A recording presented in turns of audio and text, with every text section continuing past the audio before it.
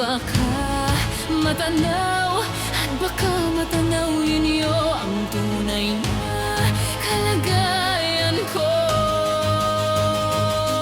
Ganito kasi yan eh. Tao po, nandyan po ba kayo sa loob ng malaking bahay? Malawak na bakuran, mataas na pader na pinapaligiran at nakapilang mamahaling sasakyan. Ang bantay na laging bulong ng bulong, wala namang kasal pero marami ang nakabarong. Lumakas man ang ulan, walang butas ang bubong. Ang mga plato't kutsara, di kilala ang tutok. At ang kanina'y simputin ang gata sa kahon. At kahit di Pasko sa lamesa may hamon. Sarap sigurong manirahan sa bahay na ganyan. Sabi nila dito mo rin matatagpuan. Ang taon at mangyayari ng isang upuan na pag may pagkakatao'y pinag-aagawan. Kaya naman di niya pinakakawalan.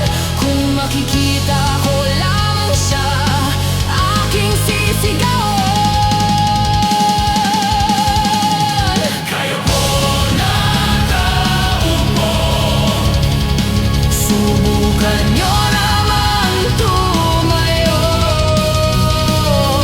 At ba't ba matanaw at baka matanaw ninyo ang tunay na kalagayan ko. Mawalang galang na po sa taong nakaupo. Alam nyo ba ang pantakal ng bigas namin ay di puno? Dingding ng bahay pinagtagpi-tagping yero. Sa gabi sobrang init, tumutunaw ng yelo na di kayang bilhin. Sa inumin sana ilagay, pinakulong tubig sa lumang takuring uling-uling. Gamit